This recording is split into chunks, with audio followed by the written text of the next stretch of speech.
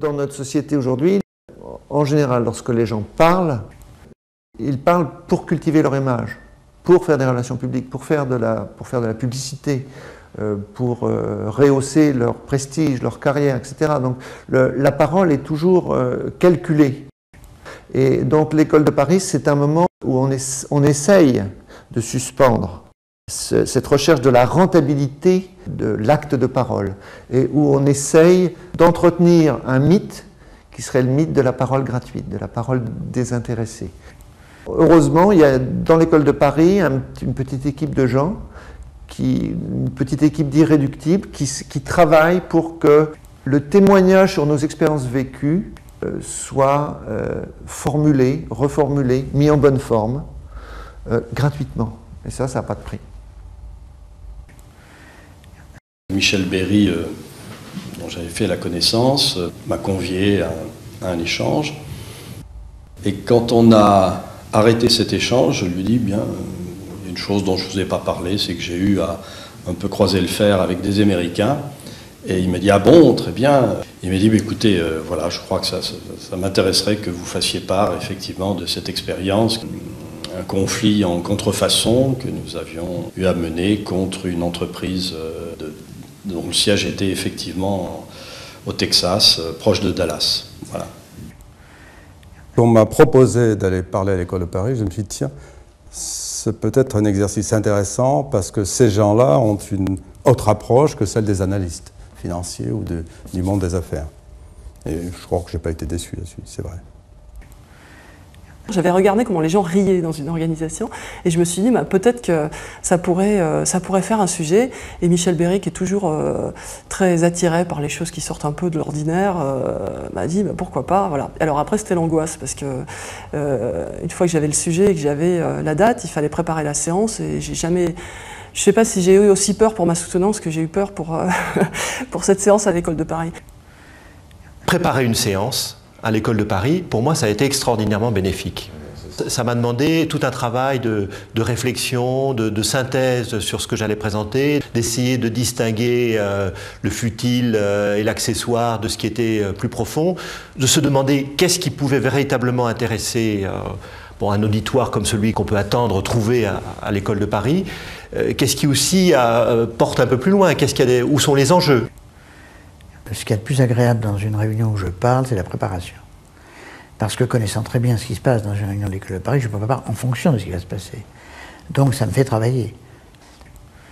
Donc oui, j'ai été amené à travailler davantage sur ces débats-là que sur d'autres, de même que ensuite, quand il y a eu des diffusions écrites, travailler un peu plus sur la façon dont c'était exprimé, et veiller à ce que ça corresponde bien à ce qu'on voulait dire. Mon impression, c'était un grand stress, évidemment, dans la préparation, et par contre, un déroulement qui s'est passé d'une façon légère, facile, très confortable, en fait. J'ai été moi-même très passionné par ce débat. D'abord, on m'a laissé le temps de faire mon exposé, ce qui est quand même intéressant, et visiblement, les gens prêtaient intérêt. Et puis ensuite, c'est que les questions étaient toutes très, très, très pertinentes. Ce qui m'a frappé, c'est l'intérêt suscité par la présentation et des questions qui permettent d'aller plus loin. C'est toujours une épreuve parce que on ne sait jamais comment elles viennent, et d'où elles vont venir et sur quoi elles vont porter. On peut toujours essayer de s'y préparer, mais je ne l'ai jamais perçu que c'était dénigrant ou agressif. Moi, j'ai trouvé ça plutôt agréable, finalement. Ce que j'ai beaucoup apprécié, c'est justement la qualité de l'auditoire et sa diversité. Moi, j'ai participé à quelques débats. Ça m'a toujours enrichi, d'abord parce que ça m'a obligé à mieux réfléchir et à mieux formuler ce qui était mon expérience, qui n'était pas souvent pas totalement mise en forme.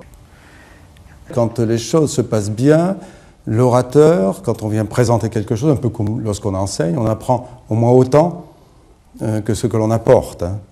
Le feedback était extraordinaire.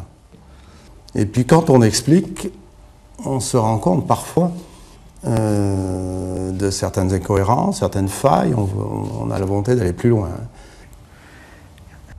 Moi, quand ça se passe bien, il me faut 4 heures ou 5 heures pour m'en remettre. C'est-à-dire qu'il y a véritablement, je suis saisi, il y a une forme d'émotion et d'ébullition intellectuelle qui se combinent. Et il est fréquent qu'après une séance de l'école de Paris, j'éprouve un vrai besoin de reprendre mon souffle, mais aussi de faire mûrir, de profiter aussi, ou prolonger ce qui s'est passé. Ça m'a beaucoup aidé à réfléchir à mon expérience, à ce que je faisais, à aller plus loin, à la synthétiser et même à y voir clair. Enfin, et c'est le premier bénéficiaire de la séance à l'école de Paris, c'est le conférencier, je crois. Un chef d'entreprise, il n'est pas quand il parle de ce genre de choses, en particulier quand il parle de son entreprise, il n'est pas en apesanteur. Il y a des choses qui, quand on dit certaines choses, ça peut avoir des répercussions. Donc il peut y avoir une timidité ou une peur. Un des avantages de l'école de Paris, c'est que le cadre dans lequel c'est dit n'est pas directement médiatisé au sens des médias instantanés, et qu'on peut dire des choses sans crainte que la dépêche Reuters du lendemain vous cite de travers et vous fasse perdre à votre titre 5%. À quoi ça tient? Parce qu'après tout, il y a 200 personnes dans la salle. On pourrait imaginer que si on dit quelque chose d'un peu croustillant, il y en aura toujours quelqu'un qui ira répéter ça à un journaliste qui serait... Ben, en fait, il y a un respect de cette réalité, et dans le fond, tout le monde joue le jeu, quoi. Tout le monde joue le jeu, et c'est un des côtés très positifs.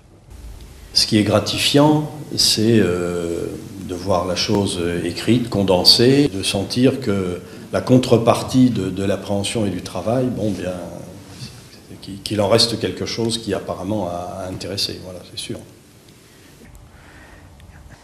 Les questions me ravissent. Elles sont toujours plus intelligentes que ce que j'avais anticipé. Et puis il y a le moment encore plus merveilleux, c'est quand je reçois le projet de compte-rendu. C'est toujours meilleur que ce que j'ai dit. Parce qu'il y a un effort de synthèse, il y a un effort de mise en relief. L'exposé et le débat souffrent toujours un peu des hasards, du son plus ou moins clair, de la phrase plus ou moins bien balancée. Tandis que le compte-rendu, lui, c'est une œuvre.